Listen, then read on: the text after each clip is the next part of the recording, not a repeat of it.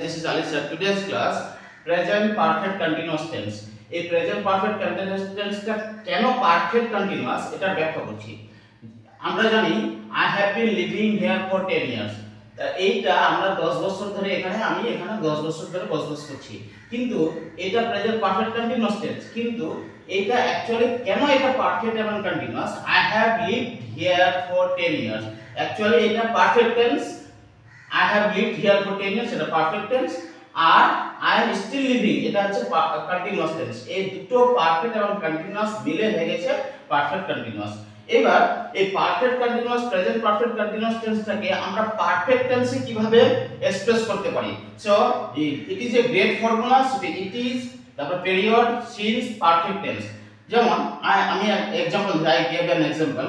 So it is 10 years since I have left my village.